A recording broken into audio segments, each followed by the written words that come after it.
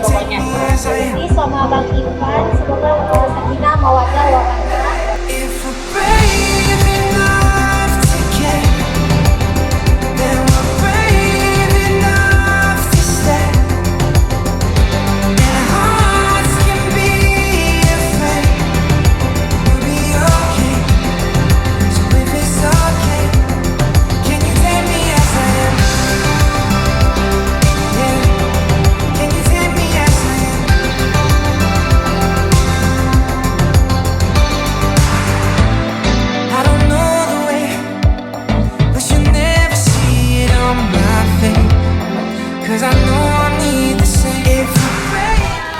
Dan kedua itu adalah doa ya Bang ya. Semoga tahun ini Kak Cut cepat dilamar dan semoga bisa jumpa dengan jodoh yang soleh.